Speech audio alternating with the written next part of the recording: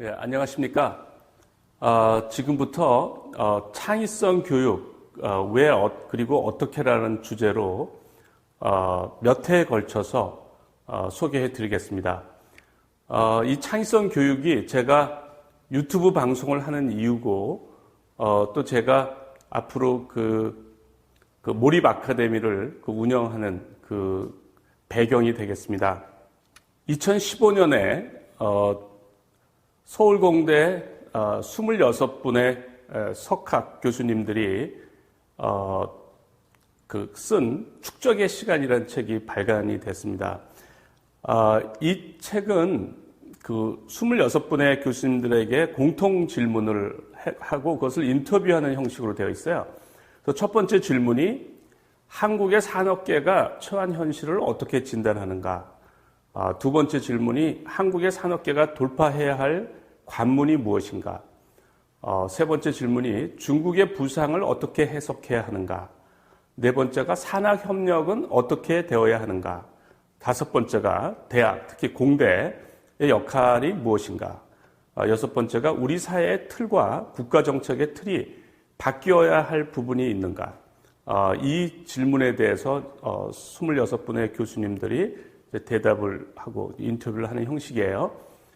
특히 이제 이 공대 26분의 교수님들이기 때문에 이제 우리 산업의 거의 전 분야를 커버한다고 생각하면 됩니다. 이분들이 첫 번째 질문에 대해서 한국의 산업계가 처한 현실을 어떻게 진단하는가, 여기에 대해서 거의 공통적으로 한 대답이 이렇습니다. 우리 산업계는 현재도 아주 어렵지만 앞으로는 더욱 어려워질 것이다. 이렇게 진단을 했습니다. 2015년에 한 진단이에요.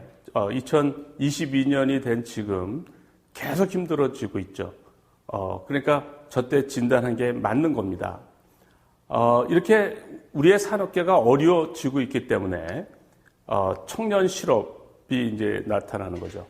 저게 청년 실업의 근본 원인이에요. 그러니까 좋은 일자리가 없어지는 거죠. 그리고 경제가 계속 악화되고 있는 겁니다. 굉장히 슬픈 현실인데, 근데 우리가 이렇게 우리의 암울한 경제가 암울한데, 한때는 우리 경제가 굉장히 잘 나갔어요. 그래서 한강의 기적 혹은 아시아의 용이라 불렸죠. 우리 경제가.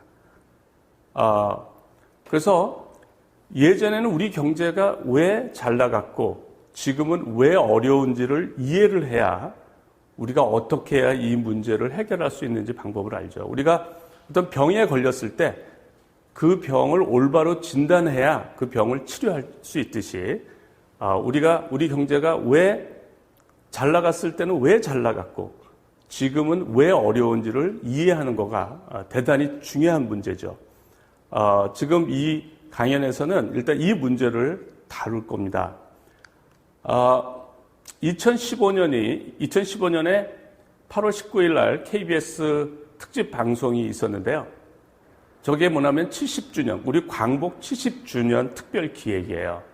그래서 세계 석학이 본 대한민국 경제 100년이라는 주제인데, 여기에 하버드 대학의 데이비드 콜 교수가 이제 이렇게 진행을 해요.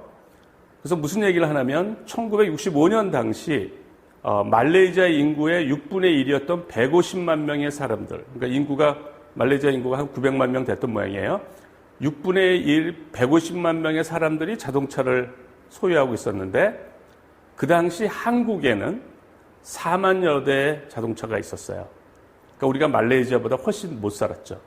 그래서 한국이 말레이시아를 따라잡으려면 한 140년 정도 걸릴 거라고 계산한 학자도 있는 거예요.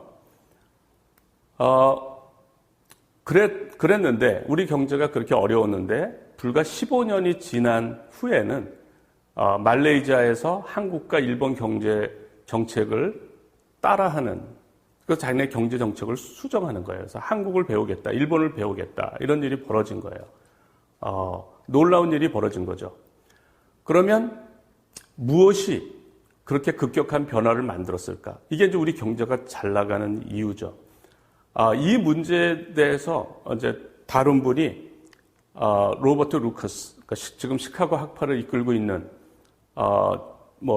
현재 경제 분야의 1인자죠. 그러니까 경제 분야의 마이클 조단이라고 불리는 로버트 루커스 교수가 이 문제에 대해서 다뤘습니다. 우리 한국 경제가 잘 나갔을 때 왜 잘 나갔느냐? 그 논문의 제목이 Making a Miracle이에요. 기적을 만들다. 1993년에 이코노메트리카에 이제 발표한 논문인데, 이건 여러분들도 이 논문은 구글에서 저 Making a Miracle을 치면은 저 파일을 받을 수가 있어요. 누구나 저 논문을 찾아서 읽을 수가 있습니다. 루카스 교수가 1995년에 노벨 경제학상을 받았으니까 그 노벨상 받기 전에 이제 출판한 논문이에요. 이 논문에서 1960년에 한국과 필리핀의 경제를 비교합니다. 그 당시에는 거의 대동소이했는데 그 당시 한국의 1인당 GDP는 640불, 필리핀은 역시 640불이에요. 인구는 1960년입니다. 한국의 인구가 2,500만, 필리핀은 2,800만. 그 다음에 이제 수도에 집중돼 있죠. 서울에 28%, 인구의 28%가 집중돼 있었고, 필리핀의 수도 마닐라에는 27%가 집중돼 있었어요.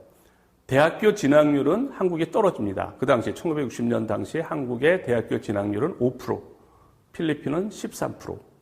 그 다음에 농업 공업 비율이 한국은 GDP의 37%가 농업이고 20%가 공업이었어요. 그러니까 저희는 그 당시 농업 국가였죠.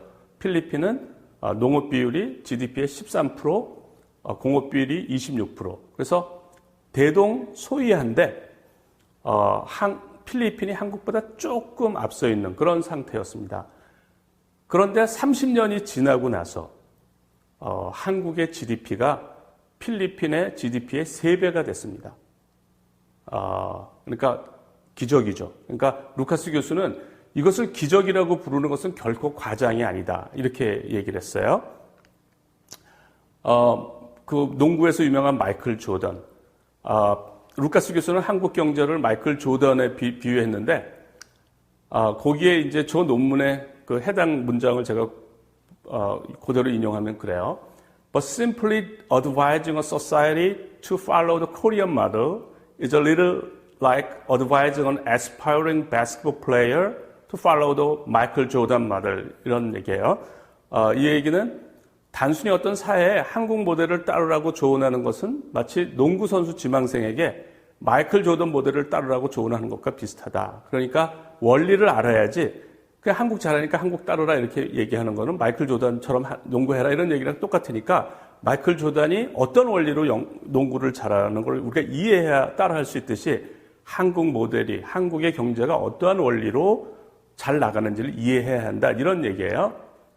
그래서 한국의 경제 성장을 슈퍼스타 마이클 조던에 비유를 했어요.